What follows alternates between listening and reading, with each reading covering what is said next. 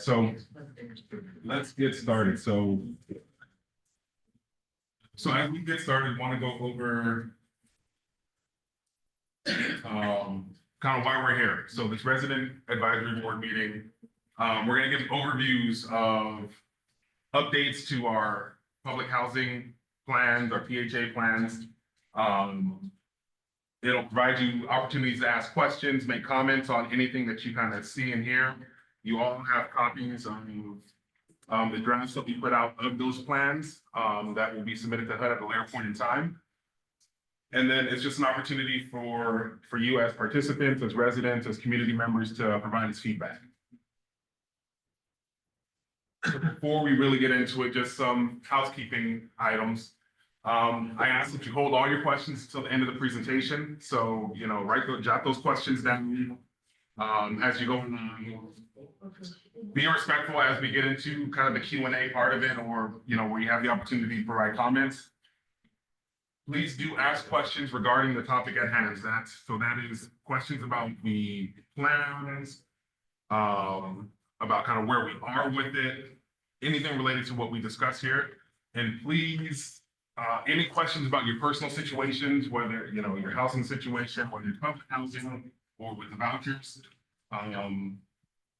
If you have questions about those, some of us folks may be able to sit back with you afterwards, or we can direct you to our specialists at the front desk. But we ask that you don't ask those questions about your personal situations in the group setting. All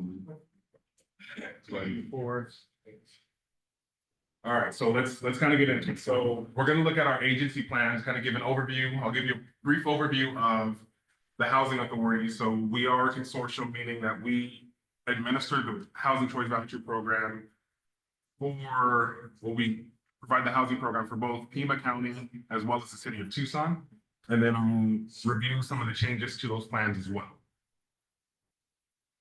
So brief overview. So under the city of Tucson Housing and Community Development, we have both public housing and the Housing Choice Voucher Program.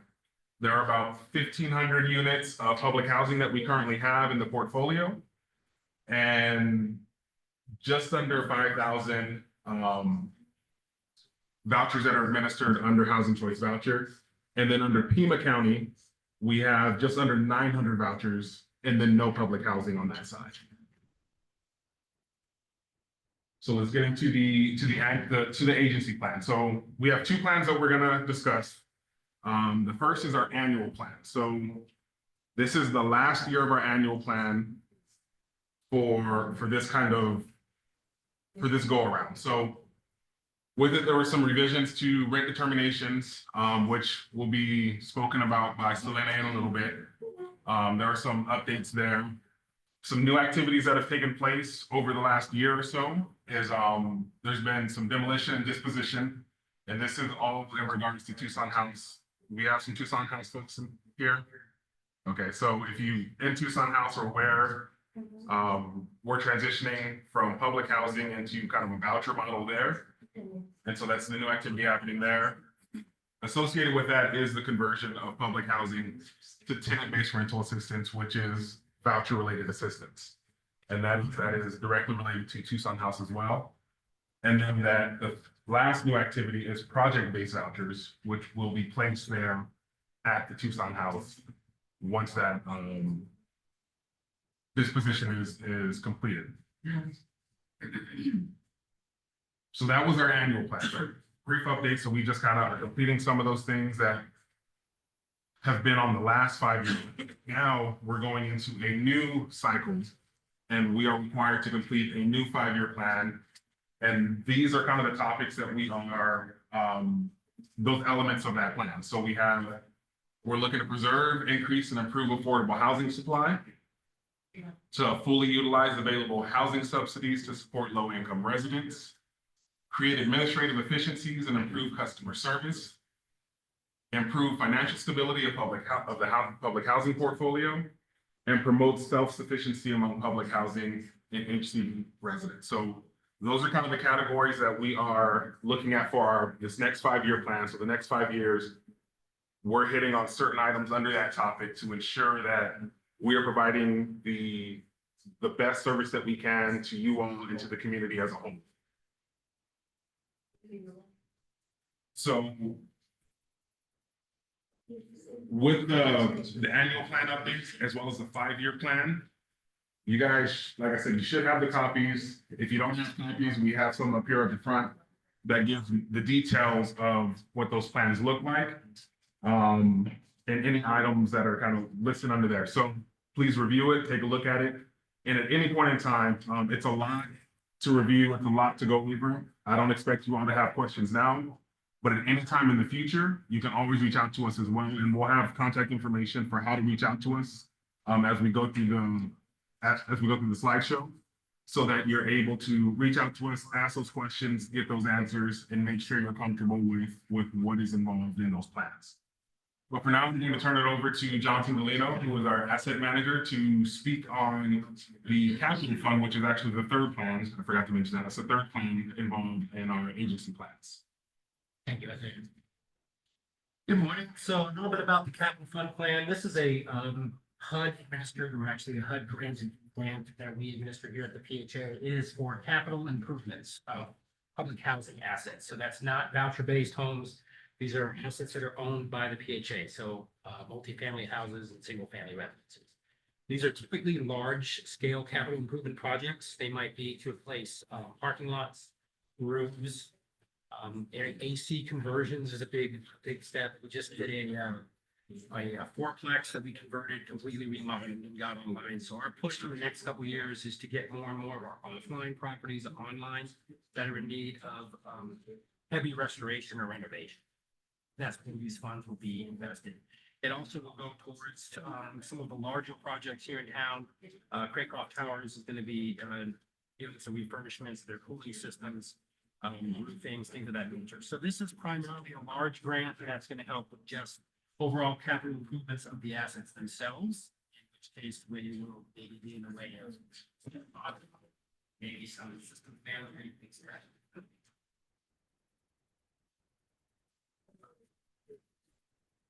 Thank you, John. And so the next items that we're going to talk about are the administrative plan for the Housing Choice Voucher Program and the admissions and continued occupancy policy, or the ACOP, for public housing. Those two items are the documents that really guide our policies and procedures and how we work with you all throughout their program cycles. So first we have the administrative plan, I believe. And this is kind of in my side of the house, and thankfully we have no updates. So we recently did an update for January of 2025. And we included all the HUD required language we needed to include. So we're pretty much up to date on the administrative plan on the Housing Choice Voucher side. So we don't have any updates here for this upcoming year. So then we'll move to the ACOP. And so the ACOP, again, this is the kind of Bible that is there and available for the public housing side. And there are quite a few updates that are available here. I think the thickest packet that you guys picked up is a list of all the updates and what's being updated in the ACOP for this cycle. And I think for this, we're gonna come on there. Welcome, everyone. Thank you for coming. As Isaiah said, this particular plan is pretty much our public housing side, which is same own property. And so the difference in the two programs. So this is the program that will be affected. Those plans. For the public housing admissions and continued occupancy policy, one of the it's a 45-page update, so we don't want to go verbatim reading over it. I'm just going to kind of point out to you. You have it there if you wish to reference it. We're going to also allow you for questions on those and comments after the meeting as well. And we'll give you that information. But just kind of wanted to point out some of the things. The first is the plan includes changes or updates to housing authority policies, such as addition of HOTMA language and policies. So you're gonna hear, the reference of HOTMA. HOTMA stands for the Housing Opportunities with Modernization Act, and it basically brings changes to include the federal housing programs.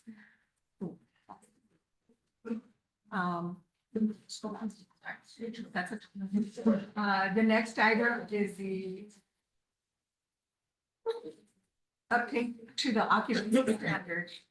Basically, what we did is we just made a small change to our occupancy standards. They're a little different than the HGV side, but basically, one of our bedroom sizes just indicated that there was 5 people that had to be in a 4-bedroom. And we just changed that to match 4 people can be in a 4-bedroom.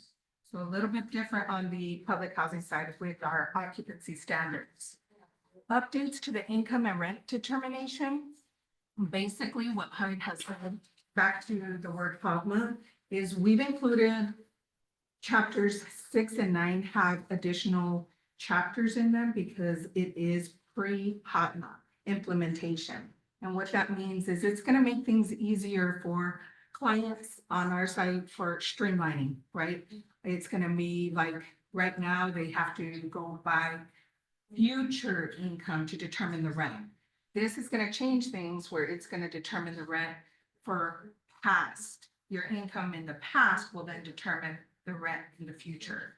Basically, they're looking at it as it's much easier for the client because right now we require so many different items in order to renew the lease to determine the rent. But this is going to make things easier on both sides for administratively and for the client. So you'll be seeing those, but those won't take effect until July 1st. Okay, so we'll be going over those with the clients as their renewals come up. It's also going to be making it flexible for reporting changes, things like that. Right now, it's very narrow criteria, but once these changes take effect, it's going to be a lot more flexible on the client side as far as reporting. Also, too, HOTMA regarding rent determination and assets. One of the things that HUD is saying is it's encouraging residents to build their assets by excluding certain forms of income and assets from eligibility calculation, which means that some of their earnings, a lot of things right now are included as income. Let's just say you have a checking or savings account as an interest. You know, some of that is going to be included to determine the rent moving forward. But HOTMA is going to change things where clients can have a larger savings account if they wish to, and it's not included in the rent determination. So that's one of the things that HUD is going to be making the change for. We've also included in those chapters, you'll see we went from a 400-page policy book to 600 page. So it's what if and when the implementation takes place with HUD. As far as the next item, updates for Inspire. Currently, we are performing our inspections following the Inspire procedures. That's basically taking the place as what you might have heard as REACT inspections, which are HUD inspections. These are still HUD inspections, but they are contracted and they are called REACT inspectors. And basically the criteria for those unit inspections has changed where they're not looking so much on the outside, but more of the inside of the units. And you'll get notifications by the property management if there is going to be a HUD inspection. Also too, the criteria for those is, allowing, if there is findings that may be of a concern for life-threatening safety, things like that, they do need to be corrected within 24 hours. And anything routinely that needs to be corrected, we need to submit to HUD within 30 days. So there's a process with the new inspection criteria with the Inspire on that. Next is the VAWA updating language. Basically, throughout the plan, we noticed that throughout the plan, we failed to include the human trafficking part. So just making sure that we did add on that language to the plan. And basically, VAWA does stand for Violence Against Women Act, and it provides housing protections for people applying for housing and who have experienced domestic violence, dating, violence, sexual assault, stalking, and to include human trafficking. So throughout the plan, we have included that. Next is the update to consent to release form. HUD has issued a new form for consent to release, which allows us to have the client sign, and they don't need to re-sign it every year. It allows us to have access to financial records with the client's consent, but you don't have to sign it every year. It's good for the entire time that the client resides in housing. So that's just a small update on that. And then as far as over income families, HUD also put that out in, and which is included in the plan. They've offered some sample letters for us to be able to notify our clients. So we'll be monitoring that after July 1st. And basically, currently, there is no policy as far as on our public housing side. There's nothing saying rent is determined by their income. But with this new policy, it does state that clients that have income over the 120% area median income will be basically noticed, and they will give them a total of 24 months to determine has their income decreased, to monitor, letting them know, you know, after this 24-month probation period, if your income remains the same as high as it is, then the rent is going to change and policy will change as far as a lease and things like that, because the rent is going to be, it's not going to be determined by income. It's going to be more of a market rent. But we'll be having those conversations with our residents. If you don't hear anything, it's because you're not at that 120%. But we will be monitoring it and notifying our residents and having those conversations to allow for options as well. So, and I.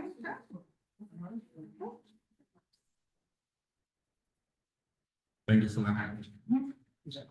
So next, want to kind of just point you guys to our website. So this is where you can find all of our drafts of the plans and the administrative plan, the ACOP, our agency, our annual plan, the 5-year plan, as well as the capital fund plan. It's all on our website, and that's at TucsonAZ.gov. You'll go to departments, find housing and community development, and then there's a plan section there where you can find all of that information. Let's go ahead and go to this one. So what happens now? So kind of what we've done and then where we go from here. So we, we have a public notice out. There's a comment period that happens over 45 days.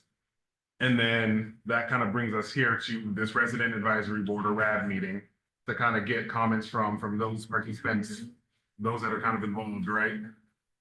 Once this concludes, then our draft plans, any comments, any questions that come from you all, or those that are anyone that kind of catches wind of it all, we'll submit all of that to the Board of Commissioners in April of this year, and then they'll review it. And then once it's approved, then we send those approved plans to HUD for further approval. And then we move it forward, and this will these plans and all will take effect starting July 1 of 2025. So as promised, so a place to kind of submit any questions, comments. You can use this email address. It's hcdadmin@TucsonAZ.gov. Or you can always give us a call as well at 520-837-5322. We'll give you guys a second. I see some people looking for pins.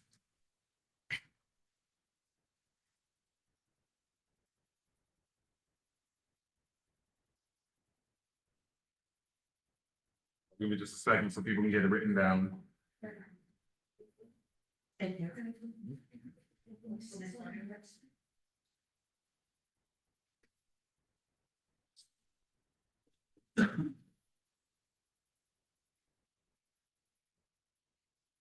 Okay. I got maybe one more person in the back. Okay, looks like we're good. All right, so I know I asked you all to hold your questions, so now is the time for questions, but I want to remind you all, if it's about kind of your personal situation and something going on in your household right now, don't ask that kind of out in the open. You can catch one of us at the end of this call, and we'll get you, we'll assist you then. But are there any questions or comments about anything that was discussed today? Sir? Yes, then my question is for the young lady right there. I didn't, I don't want to say your name. Selena. Okay. Selena. So, I go out of state to visit my mother's grave and stuff, and it's a long way. It's in Pennsylvania.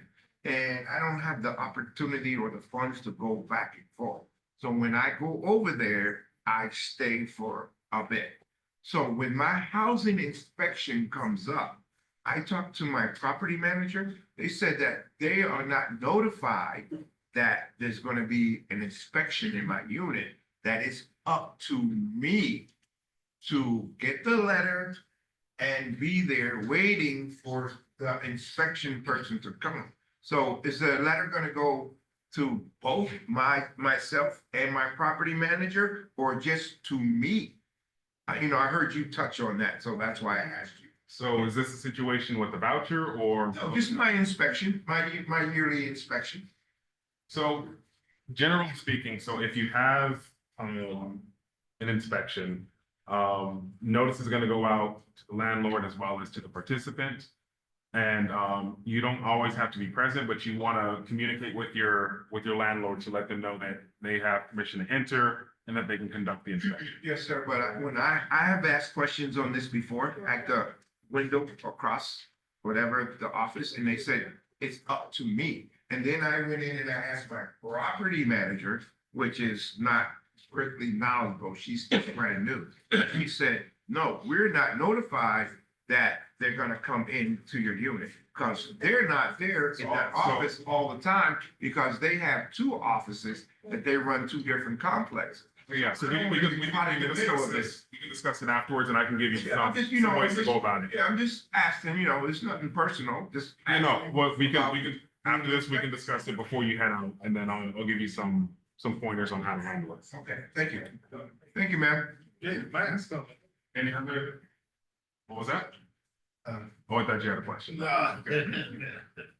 Sir? Could you explain the difference between the housing choice voucher and the Section 8 voucher? How does that? So the question was to explain the difference between housing choice voucher and Section 8 voucher. They are the same. So Section 8 is kind of what it's formerly known as. And kind of getting away from that, it is now formally known as a housing choice voucher program as opposed to Section 8. But you'll hear it referenced as the same. They are the exact same thing. Thanks. Yep. Matt? In regards to, when they were talking about rent on the past income effective July 1st, how far back do they go, Gina? So the question is, how far back do they go for rent determination for rent determinations with Past income. for past income? And so you said 12 months. So yes, so the answer is they look at the past 12 months.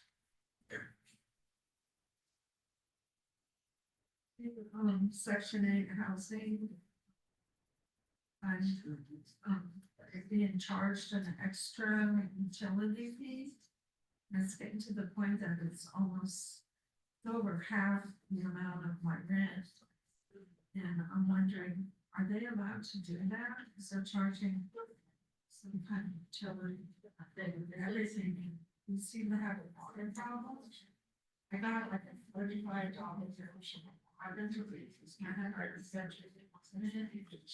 So let's discuss that afterwards to see kind of what your situation is and what we can kind of do to kind of nail that down for you. So just hang out a little bit afterwards and we'll get with you. But any other questions about the plans, the annual plan, the 5-year plan, capital fund plan? We don't have updates to the admin plan, but anything else on the ACOM?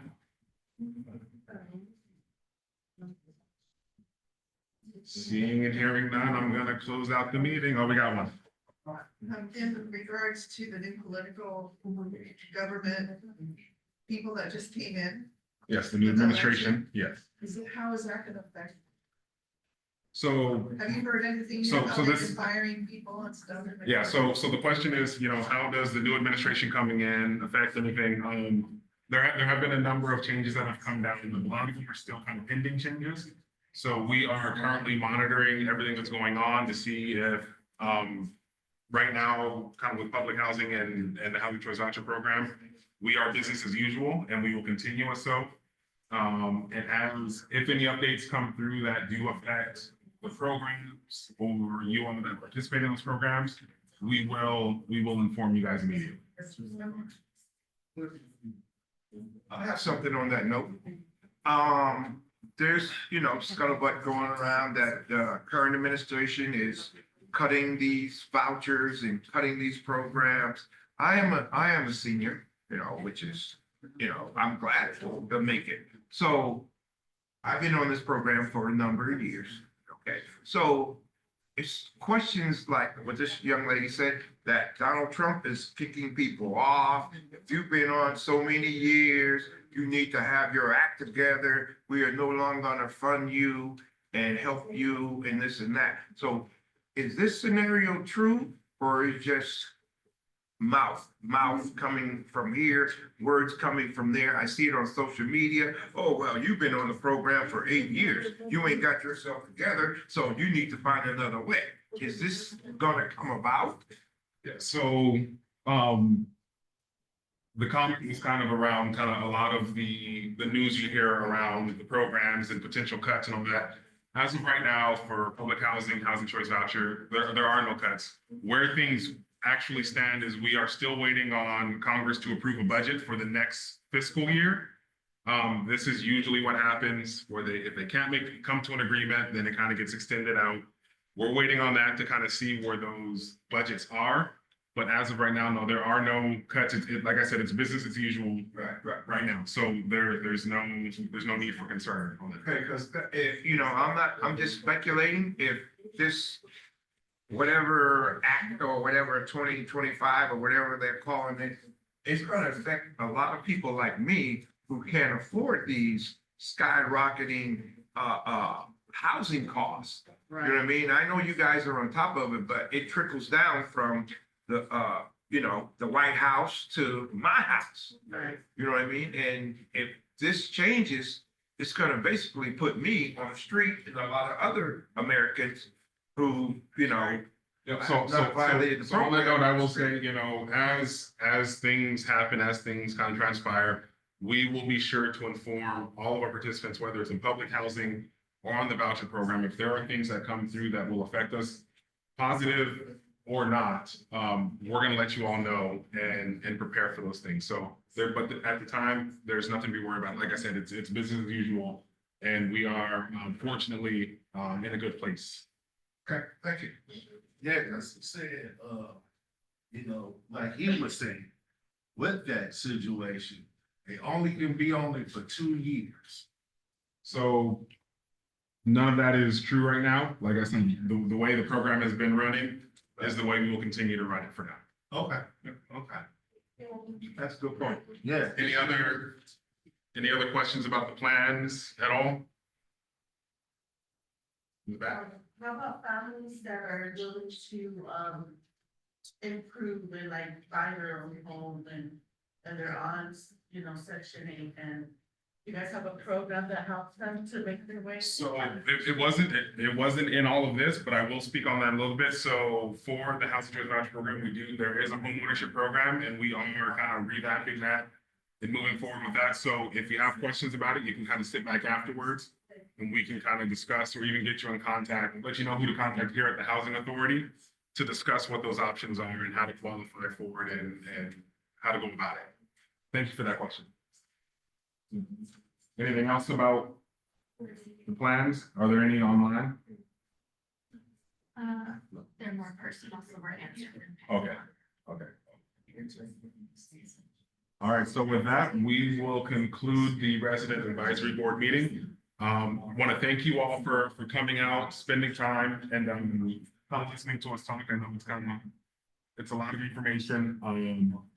But take time, review the plans, make notes on it, ask those questions, and again, reach out to hcdadmin@tucsonaz.gov with any questions you have.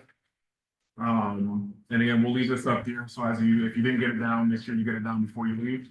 But thank you all for coming, and that will conclude our meeting. Thank you guys for being here. Thank you. Very much. And thank you for telling us what's going on. Yeah. You're doing good. I haven't been coming to the meetings, but